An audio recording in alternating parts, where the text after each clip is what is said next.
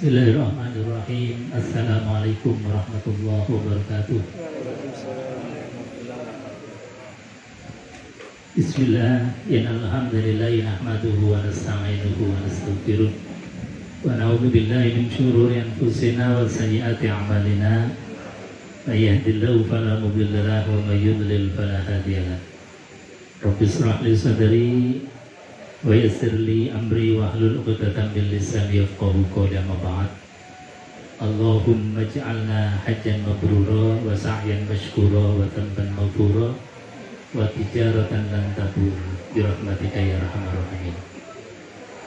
Bapak Ibu hadirin jamaah pengajian haji tahun pinten ini? 2023. Oh, baru tahun lalu ya, alhamdulillah taksi anak nih. Kalau tahun 2005 berarti sudah hampir basi. Mudah-mudahan nanti bisa berangkat lagi. Amin Allahumma amin. Bapak Ibu hadirin jamaah yang dimuliakan Allah Subhanahu wa taala. Alhamdulillah wa syukrulillah la ni'matillah. Pagi hari ini kita bisa hadir di tempat yang mulia dalam keadaan santai, menikmati sepoi-sepoinya udara segar nikmat dari Allah Subhanahu wa taala. Kita hadir di majelis silaturahim, majelis zikir, majelis ilmu. Mudah-mudahan semua kemuliaan kita ini menjadikan kita tetap mulia di hadapan Allah Subhanahu wa taala. Amin Allahumma amin. Bapak Ibu hadirin jamaah yang dimuliakan Allah. Rasanya baru kemarin kita menjadi tamunya Allah Subhanahu wa taala. Tamu yang senantiasa diberikan oleh Allah fasilitas kenikmatan yang luar biasa. Dijamu di padang Arafahnya, tanah lapang yang begitu terik panas, tanah lapang yang menjadi ruang tamunya Allah untuk kedatangan kita. Dan nikmat itu rasanya baru kemarin. Tetesan air mata tidak terbendung. Saking apa? Nikmatnya dijamu berjumpa dengan Allah Subhanahu wa ta'ala. Sekian lama kita nunggu-nunggu untuk berangkat. Panjenengan berarti antrinya kita tahu. Sedoso nggih. Sedoso tahun. Saniki pun 40-an tahun. Jadi kalau daftar sekarang 40 tahun berikutnya baru berangkat. Nggak tahu yang berangkat dulu kitanya ke tanah suci atau kita berangkat ke Makkah. Jadi karena saking lamanya. Maka alhamdulillah meskipun kita nunggu 10 tahun, kalau dulu saya tahun 2005 belum antri Pak, alhamdulillah. 2006 sudah mulai agak antri, 2007 sudah antri betulan, meskipun hanya 1 tahun. Panjenengan 10 tahun nunggu dan sekarang sudah 38 sampai 40 tahun nunggu. Nunggu untuk menjadi tamunya Allah Subhanahu wa taala, dijamu kenikmatannya di padang Arafah. Ini adalah bukan nikmat yang kecil.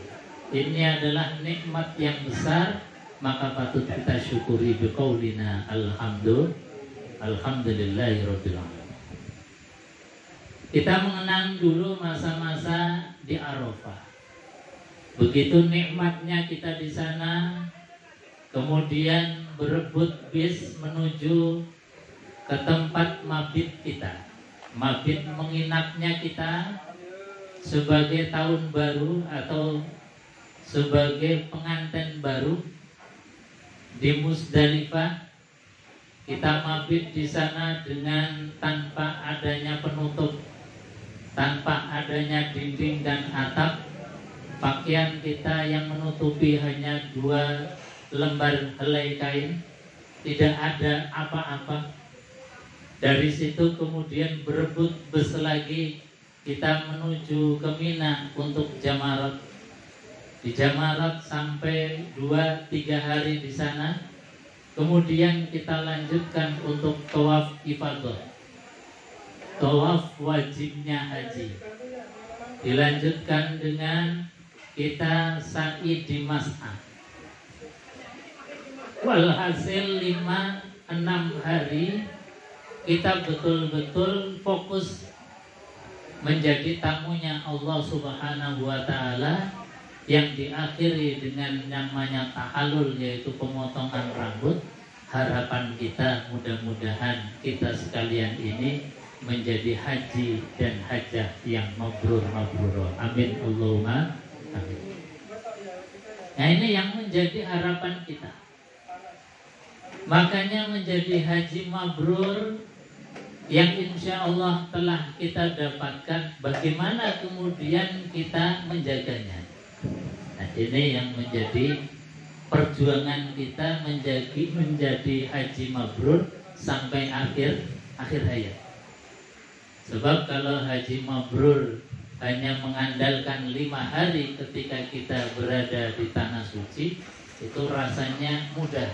Tapi menjadi mabrur sampai akhir hayat kita, ini butuh perjuangan yang ekstra.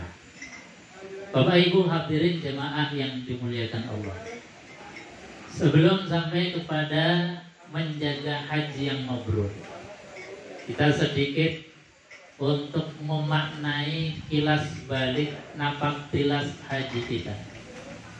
Tadi dimulai dari wukuf di Arafah, karena ini adalah puncak daripada puncaknya haji. Bahkan Kanjeng Nabi mengatakan bahwasanya Al-Hajju Arafah, haji itu Arafah. Kalau kita ini berangkat ke sana, ke tanah suci, tapi tidak sampai ke Arafah, ini berarti belum haji. Makanya tahun ini banyak kisah orang yang berangkat haji dengan visa-visa yang model multiple. Ini sudah sampai tanah suci tapi nggak bisa masuk Arafah. Karena apa? Visanya visa turis. Karena yang hanya bisa masuk ke Arafah itu orang yang visanya visa haji dan bisa mendapatkan tasrih. Nah, ini yang kemudian sudah sampai ke Mekah tapi nggak bisa sampai Arafah. Artinya apa?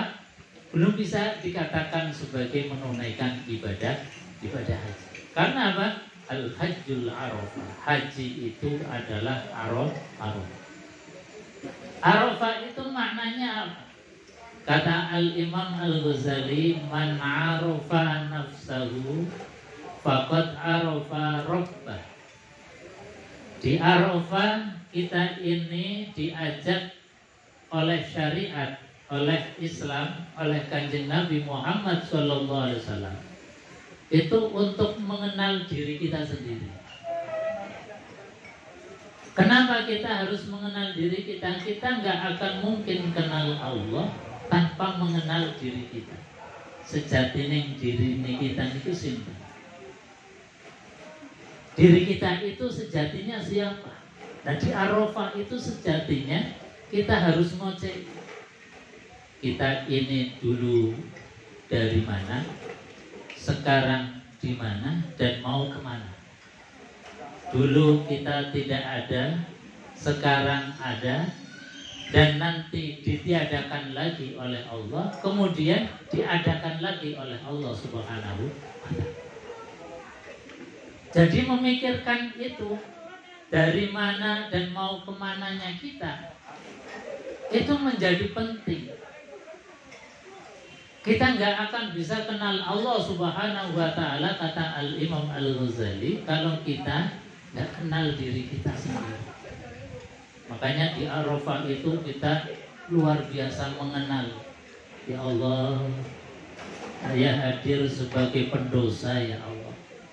Saya hadir tidak membawa amalan-amalan besar, tapi hadir dengan iktiraf, hadir dengan pengakuan khilaf dosa yang tiap hari ditumpuk tanpa henti.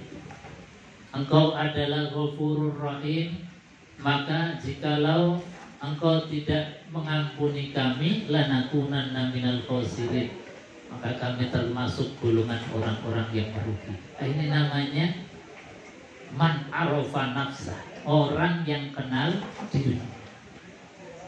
Kita kenal sejatinya kita. Sebab apa? Kalau yang mengenalkan orang, kamu itu loh kakean dosa tapi wani haji, kita pasti marah.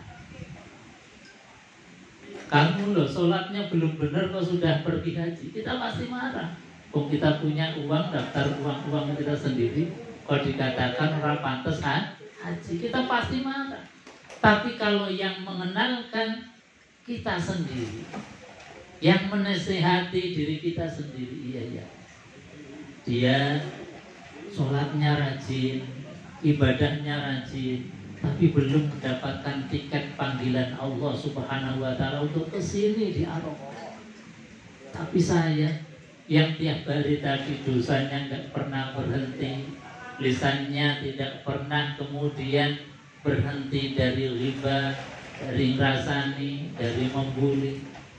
Kadang-kadang sholatnya masih bolong-bolong, kok ya Allah berkenan memberikan tiket undangan untuk menghadiri perjamuan akbar di Arafah. Ini kita rasanya bersyukurnya luar biasa. Itu namanya man arafa nafsa, orang yang kenal dengan dirinya sendiri. Maka kalau orang kenal dengan dirinya sendiri, rasanya nggak usah dinasihati oleh orang, karena kita pasti akan marah. Nasihatilah dirinya sendiri. Orang yang kita tahu tentang siapa sejatinya kita, insya Allah kita akan kenal sejatinya Allah Subhanahu wa Ta'ala. Nah, ini di Arafah. Jadi perkenalan. Kata pepatah mengatakan bahwasanya barang siapa yang gak kenal maka gak sayang. Kalau kita kenal dengan Allah, dengan sejatinya, sifat-sifat Allah Subhanahu wa Ta'ala, Allah yang Rabb, Allah yang Tuhan, Allah yang wajib untuk disembah, Allah yang azim maha agung, maka rasanya ketika kita di Arafah tidak ada artinya apa-apa. Itu bagaikan debu di antara sekian miliaran hamparan dari pasir yang ada di tanah Arafah. Jadi ini butiran debu yang hadir di hadapan Allah yang maha agung, Allah yang maha akbar. Ini kan satu hal yang spektakuler. Kita yang gak ada apa-apanya, alhamdulillah dipandang oleh Allah, ditatap oleh Allah. Kita yang bukan siapa-siapa, yang tidak ada artinya di hadapan Allah, ternyata Allah memberikan arti kepada kita. Nyatanya apa? Kita dapat tiket undangan menunaikan ibadah haji. Itu sangat luar biasa. Maka setelah di Arafah kita kenal Allah, kemudian melanjutkan ke Musdalifah. Musdalifah adalah perjalanan spiritual di malam hari. Setelah kita mengenal Allah, diharapkan kita berduaan dengan Allah di Musdalifah. Meskipun kita saat itu jutaan orang di sana kumpul dalam satu titik, kumpul dalam satu waktu, tapi perasaan kita harus punya perasaan bahwa kita ini sedang berduaan dengan Allah. Masalah orang lain juga berduaan dengan Allah Subhanahu wa Ta'ala, ini perasaan hati. Sehingga apa? Ada perasaan dekat dengan Allah. Ada perasaan tidak ada jarak dengan Allah Subhanahu wa Ta'ala. Ada perasaan bahwa Allah pun dekat dengan kita. Nah, ini nikmat yang luar biasa. Nikmat sedang berjumpa, berduaan, bermesra dengan Allah Subhanahu wa Ta'ala. Ini nikmat yang melebihi daripada nikmatnya nikmatnya surga.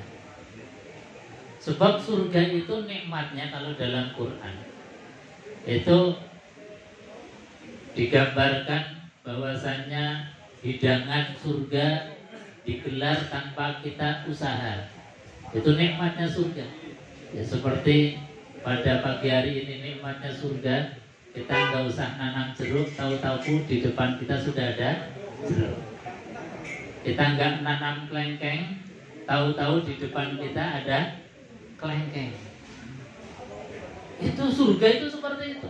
Kita nggak usah nanam, tahu-tahu ketika kita butuh jeruk, butuh makanan sudah dicepatkan oleh Allah Subhanahu wa Ta'ala. Tapi kenikmatan yang sifatnya zahir, makan minuman bidadari itu kalah nikmat ketika kita diperlihatkan dengan nur cahayanya Allah Subhanahu wa Ta'ala. Jadi kenikmatan tertinggi di surga adalah wujuhu yauma idzin nazirah ila rabbiha nazirah. Kenikmatan tertinggi itu ketika kita berjumpa dengan Allah Subhanahu wa Ta'ala. Makanya orang puasa itu kan dikasih iming-iming oleh Kanjeng Nabi, itu bukan surga. Kenikmatan tertinggi karena bukan surga. Makanya Kanjeng Nabi kalau ngasih motivasi untuk orang yang berpuasa, kata beliau, lis-shaimi farhatani, bagi orang yang berpuasa itu ada dua kegembiraan. Kegembiraan yang pertama di dunia yaitu inda iftar, ketika azan maghrib berkumandang kemudian kita berbuka, itu rasanya nikmatnya luar biasa. Bahkan hanya seteguk air putih pun ini nikmatnya tiada terhingga. Itu indal iftar. Dan kenikmatan yang kedua kata baginda Rasulullah SAW, inda liqa'i rabbi, ketika kita dijumpakan dengan Allah Subhanahu wa Ta'ala. Itu kenikmatan tertinggi. Makanya kenikmatan tertinggi bukan makan jeruk tanpa menanam, makan kelengkeng tanpa nandur, itu bukan. Tapi wujuhu yauma idzin nazirah ila rabbiha nazirah. Ketika sudah berjumpa dengan Allah itu kenikmatan makan minum bidadari nggak ngefek. Gambarannya gampang. Gambarannya seperti di dalam Quran. Itu Allah menceritakan kisah Nabiullah Yusuf dan Zulaikha. Zulaikha itu kan seorang perempuan cantik, istrinya pembesar di zaman itu, tapi kesengsem sama berondong. Ngertos berondong kan? Jadi ada pemuda ganteng disenangi oleh Zulaikha yang beliau sudah bersuami. Karena senang sama berondong, bahasa kita sekarang, kemudian dibully oleh ibu-ibu sosialita zaman itu. Jadi sudah nikah, sudah punya suami, kok nyenengi berondong. Itu kan jadi kalau bahasa sekarang viral. Jadi beritanya viral di mana? Tapi Zulaikha pintar. Karena dibully di mana-mana, gantian dia pengen membuli ibu-ibu sosialita tadi. Akhirnya apa? Dikumpulkanlah ibu-ibu itu, kemudian dikasih jamuan seperti ini. Makanan yang enak, buah-buahan, pokoknya disediakan makanan yang lezat-lezat. Ketika ibu-ibu ini sedang menikmati hidangan, Nabiullah Yusuf disuruh untuk nyambangi ibu-ibu. Maka ketika Yusuf ini keluar menemui ibu-ibu, bahasa anak muda sekarang itu ibu-ibu domblong. Ngertos domblong, Bu? Ngowoh. Jadi terperangah melihat kegantengan Nabiullah Yusuf alaihissalatu wassalam. Sampai-sampai tangannya yang teriris berdarah-darah pun tidak terasa. Karena apa? Karena sedang melihat sosok yang sangat luar biasa ganteng, makanan hidangan yang lihat yang nikmat sudah tidak dihiraukan lagi, bahkan tangan yang teriris dalam keadaan luka pun tidak terasa. Nah, itulah gambaran surga, kenikmatan surga makan minum bidadari kalah dengan nikmatnya ketika sudah wujuhu yauma idzin nazirah ila rabbiha. Ketika sudah berjumpa dengan Allah Subhanahu wa taala, nikmatnya surga sudah enggak efek. Maka ketika kita di Musdalifah, itu sejatinya kita mendapatkan nikmat tertinggi. Karena apa? Kita sedang wujuhu yauma idzin nazirah, berduaan dengan Allah, sedang intim dengan Allah, sedang kita mencurahkan hati dengan Allah Subhanahu wa taala. Yaitu Musdalifah, malam yang sangat romantis, berjumpa, berdua dengan Allah Subhanahu wa taala. Bapak Ibu masih mengenang romantisnya di Musdalifah. Angin yang begitu luar biasa, di padang yang tanpa adanya tembok dan atap, langsung kita ini disorot, ditatap, berjumpa dengan Allah. Nikmatnya luar biasa. Tapi bagi orang-orang yang nggak sabar, itu problem. Dalam keadaan capek, emosi juga diuji, apalagi habis rebutan bis, nanti juga rebutan lagi. Ini ujiannya luar biasa. Kalau nggak menyadari bahwa kita ini nikmat diberikan oleh Allah Subhanahu wa taala, maka rasanya kemudian di Musdalifah hanya menjadi problem. Tapi insya Allah kita yang hadir ketika kemarin di Musdalifah betul-betul menikmati hidangan Allah Subhanahu wa taala. Amin Allahumma. Kemudian di Mina kita jamarat, melempar jumrah beberapa kali dari mulai Aqobah, Ula, Aqobah dan Wusta. Itu sebagai simbol perlawanan kita. Setelah kita mengenal siapa sejatinya kita, yang kita ini seringkali digoda baik oleh setan maupun hawa nafsu kita, maka di sana kita melakukan satu perlawanan untuk menghadapi setan. Di antaranya disimbolkan dengan melempar jumrah. Setelah itu baru kemudian tawaf ifadah, tawaf yang menjadi rukunnya haji. Di sana kita menawafi, mengelilingi satu institusi namanya Baitullah, rumah Allah, tempat ibadah yang pertama kali dibangun oleh Allah Subhanahu wa taala. Makanya ini menjadi simbol kiblatnya kita. Itu adalah pusarnya peradaban, pusarnya bumi ada di Mekah.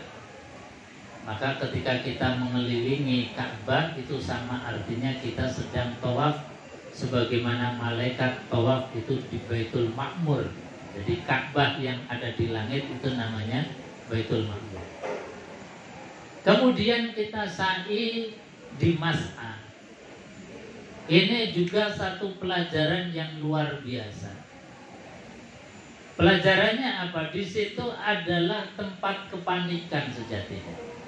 Makanya diharapkan kita kalau kita sedang berada di Mas'a, itu jangan senang-senang.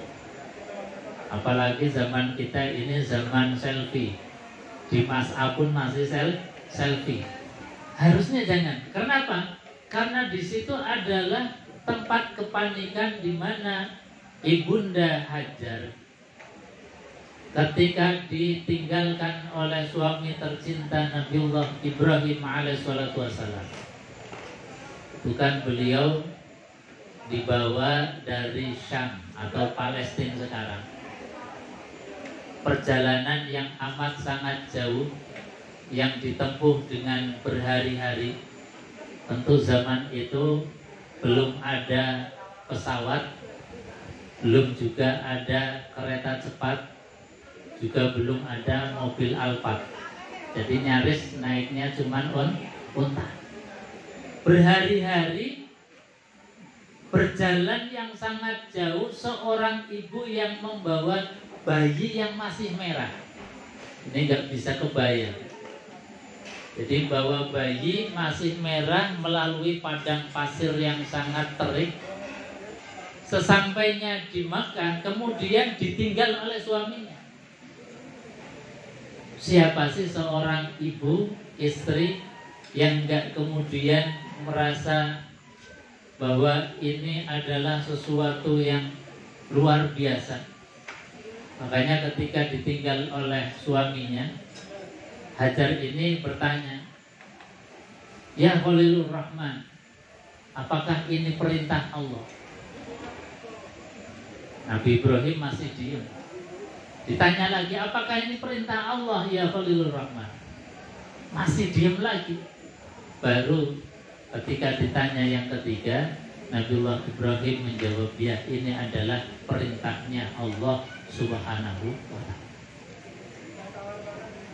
Baru setelah mendengar bahwa ini adalah perintahnya Allah, Ibunda Hajar ini kemudian tenang.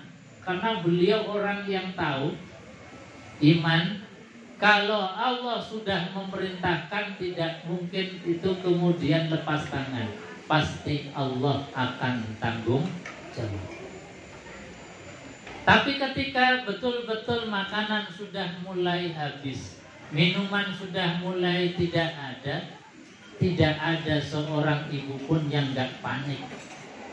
Bunda Hajar pun panik meskipun yakin kalau Allah pasti akan menjaganya, Allah pasti akan mencukupinya.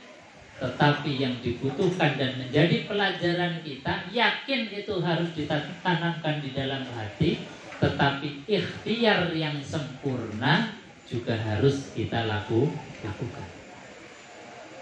Itulah yang dicontohkan oleh Ibunda Hajar. Meskipun yakin Allah akan mencukupi, Allah akan menjaga, ketika air itu sudah habis, ikhtiarnya apa? Mencari sumber mata air. Dari Bukit Sofa, kelihatan di Bukit Marwah sana ada seperti nuansa air.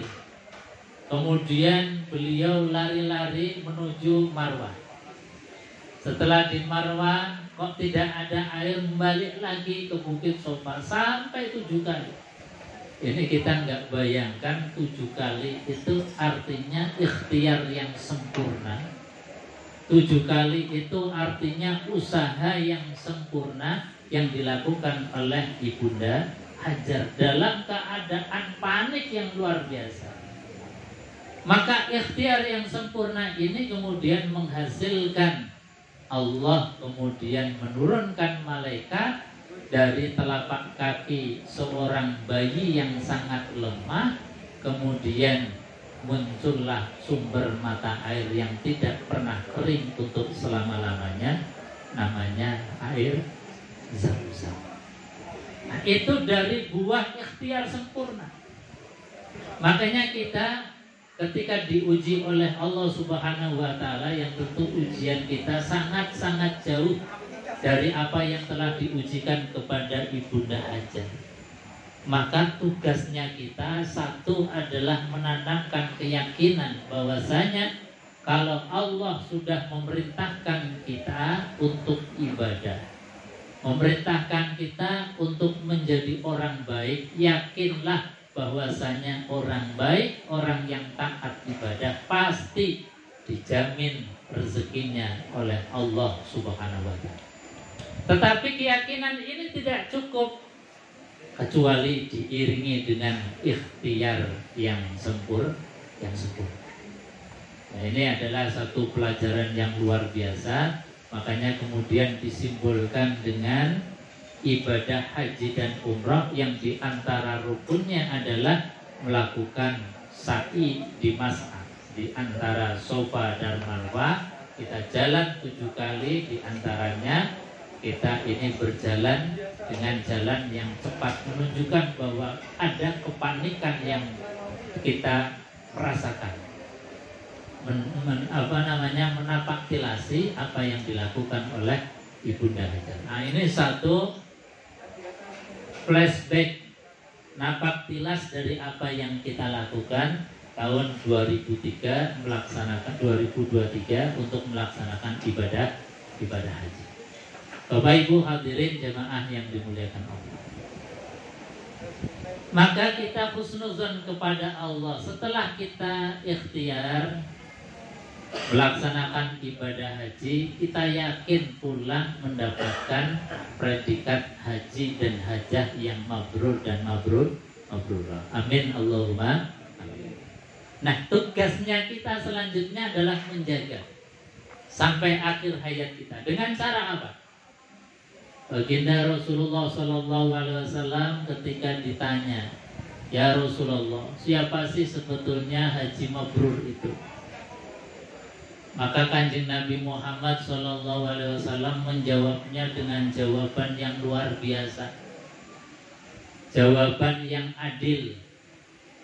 Jawabannya Rasulullah, yang haji mabrur bukan hanya alumni Arafah, bukan hanya alumni Mekah, bukan hanya orang yang sudah pernah tawaf di Ka'bah atau sa'i di Mas'ah, bukan hanya itu. Sebab apa? Kalau jawabannya adalah alumni Arafah, orang yang sudah pernah tawaf di Mekah, itu rasanya kemudian tidak adil bagi kita yang mungkin belum dapat tiket undangan ke sana. Maka jawabannya Rasulullah SAW unik. Yang siapapun itu bisa mendapatkan kemabruran haji, baik orang yang sudah pernah mendapatkan tiket untuk ke Mekah melaksanakan ibadah haji maupun belum. Makanya jawabannya Rasulullah ini harus menjadi tanaman ibadah kita untuk menjaga kemabruran sampai akhir hayat kita. Kata Rasulullah, man hajju mabrur, al-hajjul mabrur, man afsus salam. Orang yang hajinya mabrur, cirinya atau dalam bahasa kerennya kita, orang yang punya kompetensi satu, man afsus salam, orang yang suka menebarkan salam, orang yang suka menebarkan kedamaian. Kalau afsus salam dalam bahasa fikihnya, kita ini ketemu diam dengan siapapun, maka berebut untuk pertama kali yang memberikan salam. Tapi bukan hanya salam yang menjadi budaya dan lip service saja, tapi salam yang memang dari hati, yang ada penjaminan orang yang kita berikan salam, kita berikan satu kepastian bahwa dia tidak akan pernah tersakiti, baik oleh lesan maupun tanganku. Jadi ada penjaminan ketika kita mengucapkan salam. Kadang-kadang salamnya kita kan sudah kadung jadi kebiasaan tradisi. Di awal kita sih salam, tapi setelahnya masih ngerasani juga. Awalnya kita salam, tapi di tengah-tengah kita membuli juga. Itu namanya belum afsus salam. Jadi salamnya masih salam yang menjadi tradisi, budaya, kebiasaan kita. Yang dikehendaki oleh baginda Rasulullah, kalau kita ingin menjaga kemabruran haji, jadilah agen-agen perdamaian. Bahkan masuk rumah pun salam, meskipun di rumah nggak ada orang. Itulah Kanjeng Nabi mengajarkan kepada kita. Masuk masjid salam, ketemu dengan orang salam, itu namanya afsus salam dalam segi kebahasaan dan dari kaidah fikih atau dalam kacamata fikih. Tapi afsus salam tentu maknanya bukan hanya itu. Afsus salam menjadi agen-agen perdamaian, penebar keselamatan. Itu artinya kita yang pernah jadi alumni Mekah, alumni Arafah, ketika misalnya ada melihat saudara kita sakit nggak bisa berobat, maka orang alumni Arafah harus menjadi orang pertama yang memberikan pertolongan. Ketika ada tetangga saudara kita mau menyekolahkan anak itu kemudian tidak bisa, kita yang jadi alumni Arafah itu harusnya yang pertama tergerak hati untuk membantu. Itu namanya man afsus salam, orang yang menebarkan kedamaian. Jangan kemudian malah jadi biang keributan, biang dari malapetaka. Guru-guru enggak dipanggil Pak Haji, Bu Haja, kemudian marah-marah. Nah, ini malah jadi masalah. Padahal harusnya orang yang habis dididik oleh Allah di Arafah menjadi agen-agen perdamaian. Orang yang pertama kali ketika ada konflik kemudian mendamaikan. Nah, ini luar biasa. Makanya ketika Kanjeng Nabi Muhammad SAW mengatakan demikian, ini tidak hanya untuk kita yang pernah menjadi alumni Arafah, tapi siapapun yang belum pernah melaksanakan ibadah haji, asal menjadi orang yang man afsus salam, menebarkan kedamaian, maka insya Allah dia akan mendapatkan barokah kemakburan haji, meskipun belum berangkat ke tanah suci. Makanya fastabiqul khairatnya kita di sini. Jangan kalah dengan yang belum menjadi alumni Arafah. Ini kita lomba-lomba betul. Ini yang pertama. Yang kedua, kata baginda Rasulullah SAW, al-hajjul mabrur wa at'imut ta'am. Cirinya haji mabrur atau orang yang mempunyai kompetensi sebagai haji mabrur adalah it'amut ta'am, orang yang suka memberi makanan. Jadi gampang weh makan. Ada teman datang, ayo traktir makan. Dan it'amut ta'am sejatinya kita punya tradisi dari nenek moyang, orang tua kita, guru-guru kita itu tradisi it'amut ta'am, memberikan makan itu sudah luar biasa. Jadi kalau orang Jawa ini sudah top lah pokoknya. Kayaknya sudah mabrur semua kalau dari segi ini. Karena apa? Biasa wewe memberi makanan itu. Misalnya apa? Istri kita baru melahirkan itu sudah bagi makanan. Leres Bu. Tang Semarang namanya apa? Brokoan. Jadi anak baru lahir itu kita sudah berbagi makanan. Padahal yakin dulu orang-orang tua kita nggak tahu dalilnya, tapi sudah menjadi tradisi. Nanti 1 minggu masih bagi makanan lagi, akikah. Nanti anaknya besar, khitanan, bagi makanan lagi ke tetangga, ke saudara. Nanti anak kita nikahan, masih bagi makanan lagi. Bahkan sampai meninggal dunia pun kita masih punya tradisi membagi makanan. Karena ini adalah bagian dari orang yang punya nilai kemakburan haji. Jadi bahasanya Rasulullah sungguh luar biasa. It'amut ta'am, suka memberikan makanan. Baik terhadap orang yang kaya, lebih-lebih kepada orang yang miskin, yang gak punya. Jadi tradisi ini harus kita budayakan dan terus menerus kita hidupkan, karena ini budaya yang adiluhur. Jangan sampai pulang dari Mekah penyakit bakhil bin medit alias pelitnya malah nambah. Nah, ini malah bahaya. Harusnya penyakit ini kita kikis betul. Karena apa? Di antara orang yang haji mabrur suka berbagi makan.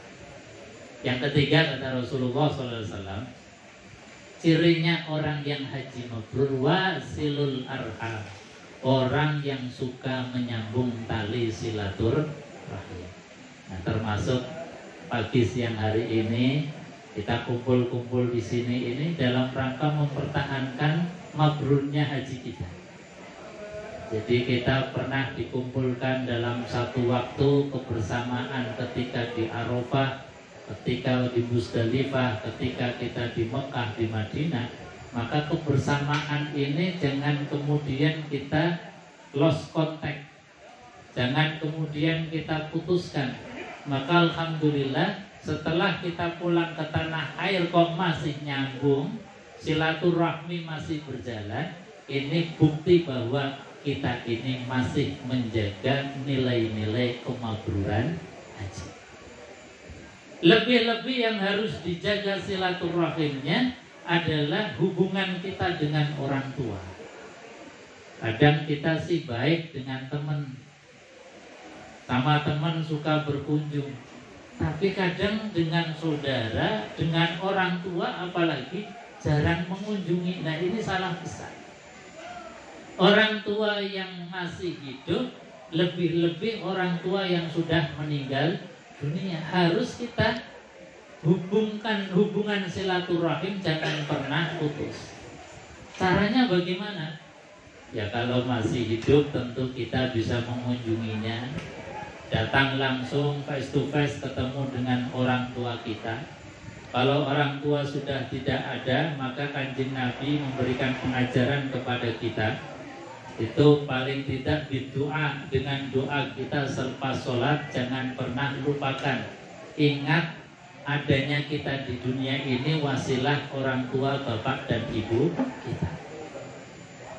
Dan juga dengan cara, kata Rasulullah SAW, cara ini sering dilupakan oleh orang. Makanya Kanjeng Nabi di dalam memotivasi kita, beliau mengatakan abarrol bir ayasilar rojulu waktu abi, sebaik-baiknya kebaikan. Sampai Kanjeng Nabi memotivasi kita dengan mengatakan sebaik-baiknya kebaikan, karena kebaikan ini sering dilupakan orang. Kita kadang melupakan. Apa itu kata Kanjeng Nabi? Ayasilar rojulu wudda'i, orang yang menyambung tali silaturahim dengan saudaranya, dengan tetangganya, dengan koleganya, orang tua kita. Jadi kalau orang tua kita sudah meninggal dunia, kok masih ada saudara, ketika kita mengunjungi saudaranya bapak, saudaranya ibu, itu sama persis dengan kita berkunjung ke orang tua kita. Ketika kita berkunjung dengan tetangganya orang tua, itu sama dengan kita mengunjungi orang tua. Kadang kan kita kalau orang tua sudah meninggal dunia, seolah-olah sudah nggak ada hubungan lagi dengan tetangganya. Sudah jarang kita silaturahim dengan tetangganya bapak, tetangganya ibu, saudaranya bapak, saudaranya ibu. Makanya Kanjeng Nabi dalam memberikan motivasi, abarrul bir, sebaik-baiknya kebaikan. Karena kebaikan ini sering dilupakan oleh. Alhamdulillah kita masih bersilaturahim. Mudah-mudahan kita masih dicatat oleh Allah sebagai orang-orang yang hajinya mabrur. Amin Allahumma amin. Yang terakhir, untuk menjaga nilai-nilai kemabruran kita, kata Kanjeng Nabi, beliau mengatakan bahwasanya wasallu wan nasuni, ciri orang yang hajinya mabrur itu ketika di malam hari orang lain itu masih dalam enak-enak dan nikmatnya tidur, kita mampu untuk bangun, kemudian mengambil air wudhu, menghadap ke arah kiblat, tangannya diangkat, mengucapkan kalimat takbir Allahu Akbar, sebagaimana yang kita lakukan ketika berada di Mekah, sebagaimana kita lakukan ketika berada di Madinah. Luar biasa sergemnya, semangatnya untuk qiyamul lail, untuk tahajud malam, luar biasa. Kalau tradisi di Mekah Madinah kita masih meneruskan dengan wasallu wan nasu niyam, sanggup untuk sholat malam ketika manusia-manusia yang lain sedang nikmat-nikmatnya tidur. Maka kalau kita bisa mampu seperti itu, luar biasa, insya Allah kita masih tercatat min jumlatil mabrur wa mabrurah, termasuk orang yang hajinya mabrur dan mabrurah. Dan 4 hal ini sekali lagi tidak monopoli kita yang pernah menjadi alumni Arafah. Yang belum pernah ke sana pun kalau melaksanakan 4 hal ini, meskipun belum ke sana, insya Allah mendapatkan hal yang sama, mabrurnya haji. Nah, ini yang disebut sebagai adallatul atau adillatul Islam, keadilan Islam. Masalah kesana dan tidak itu kan karena masalah uang saja. Masalah kalau dalam bahasa fikihnya adalah manis tato'a ilaihi sabila, orang yang mampu melaksanakan perjalanan ke sana. Tetapi kemabruran haji sekali lagi bukan monopoli kita yang sudah pernah menjadi alumni Arafah.